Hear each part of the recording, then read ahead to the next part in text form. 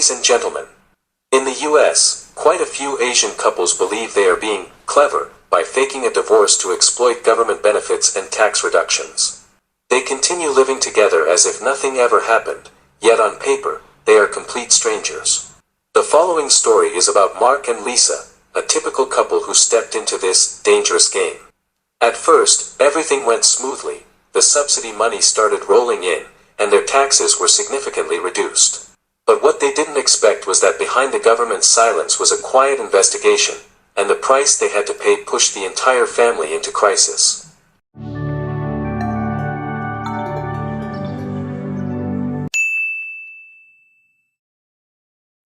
Mark and Lisa were an Asian couple who had lived in California, USA, for over 5 years.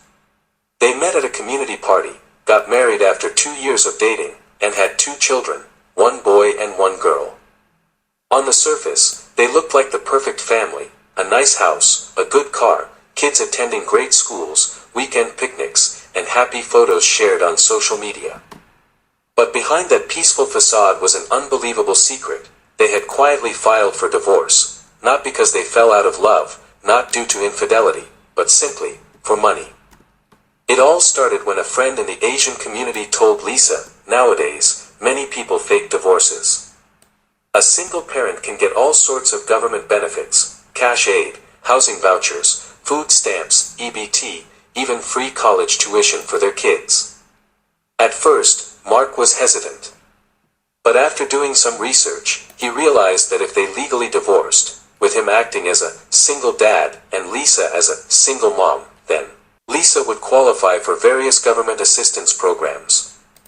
Their children could apply for FAFSA, free application for federal student aid, and receive free tuition, since their mother would be considered low income. Both of them could pay significantly lower taxes by filing as single parents with dependents. Instead of working ourselves to death and paying crazy taxes, why not do what everyone else is doing? Mark reasoned, as if justifying their decision. After many late-night discussions, they decided to go through with the divorce on paper. They hired a lawyer they knew, completed the paperwork quickly, no lawsuits, no disputes, no court appearances, just signed the forms and waited a few months for the court to officially declare them divorced. However, once the divorce papers came through, nothing really changed in their daily lives. They continued living together in the same house, except now, all official documents stated that Lisa was divorced and raising 2 young children. They still ate meals together, shared the same bedroom, took the kids to school, went to church, and participated in community events as if nothing had changed. But when it came to applying for government aid or filing taxes, they played their roles professionally.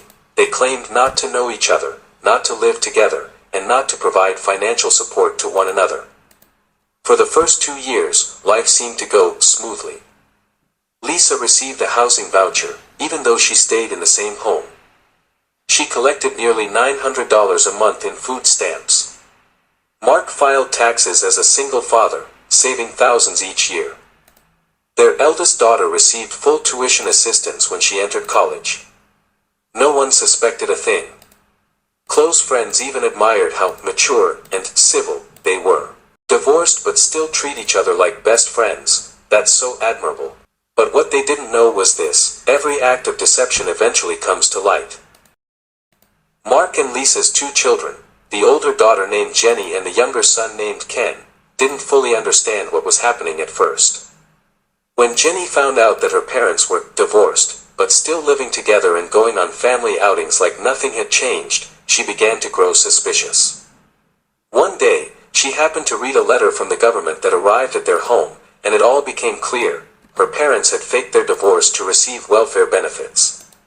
Jenny was shocked. As a top student who understood both ethics and the law in America, she strongly disagreed with their actions.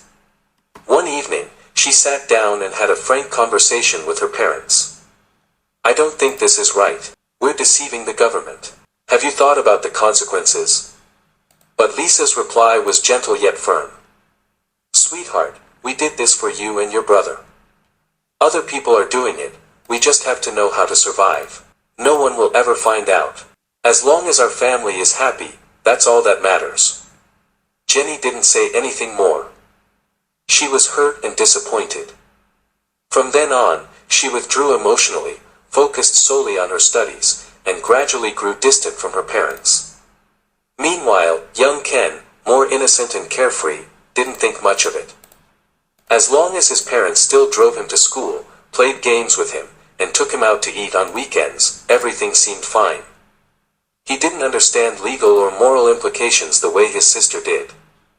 However, what Mark and Lisa didn't anticipate was how tightly connected and sophisticated the US government's cross-checking systems had become. After nearly 3 years of living in their perfect script, things started to unravel.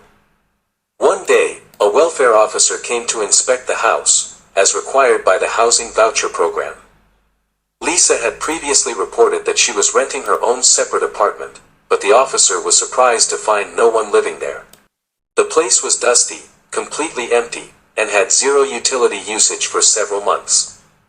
Another red flag came from the children's school records. Both Jenny and Ken consistently listed the same home address and noted that they lived with both parents, contradicting official claims that their parents were divorced and living separately.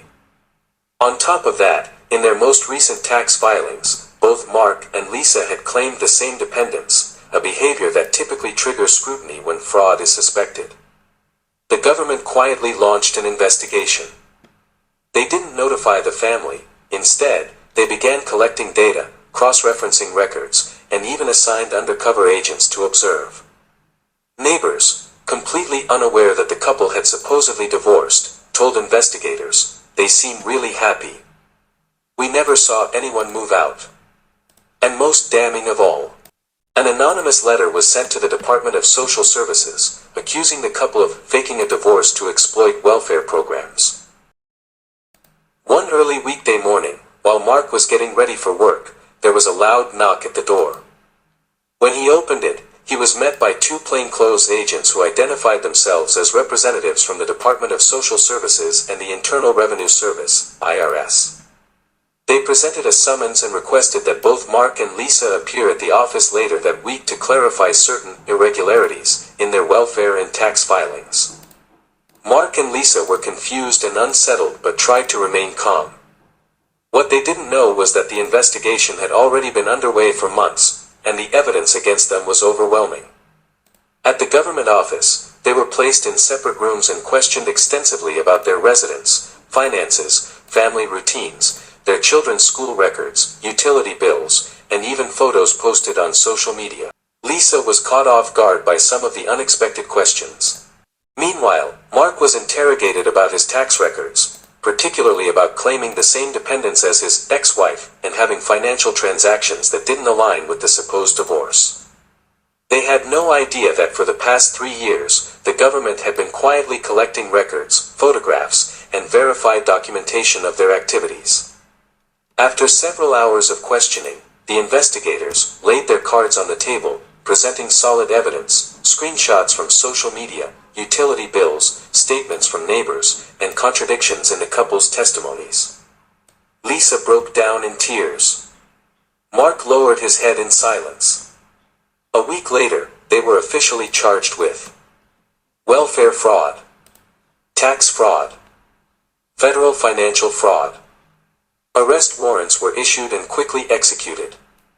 Although both were released on bail after legal intervention, they were required to pay a high bond and await trial.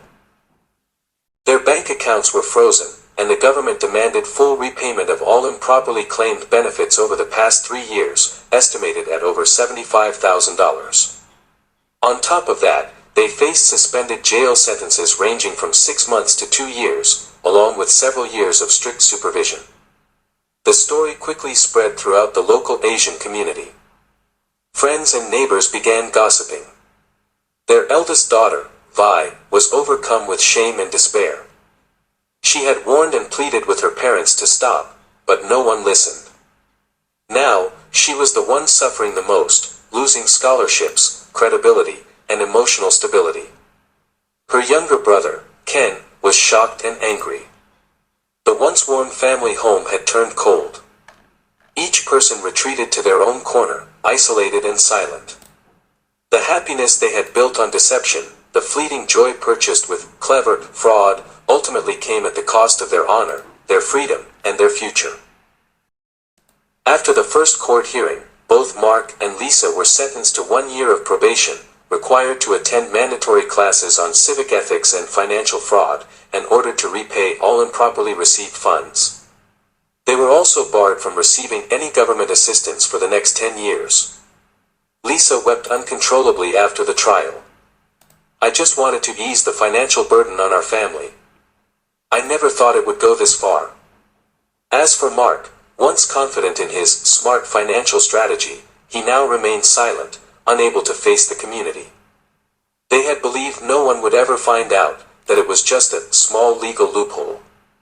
But that little loophole ended up shaking their entire family. Vi, their eldest daughter, decided to transfer schools after the incident.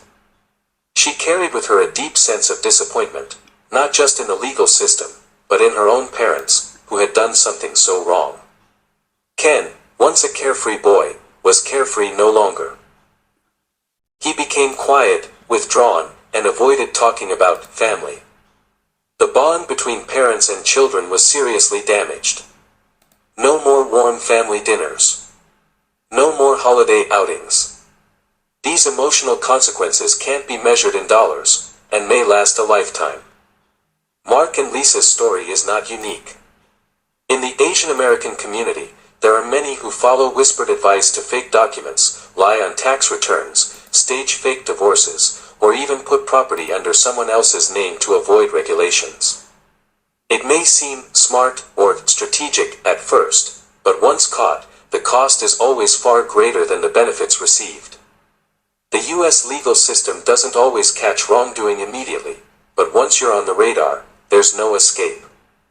Agencies like the IRS, DHS, and social services have interconnected databases and long-term monitoring systems.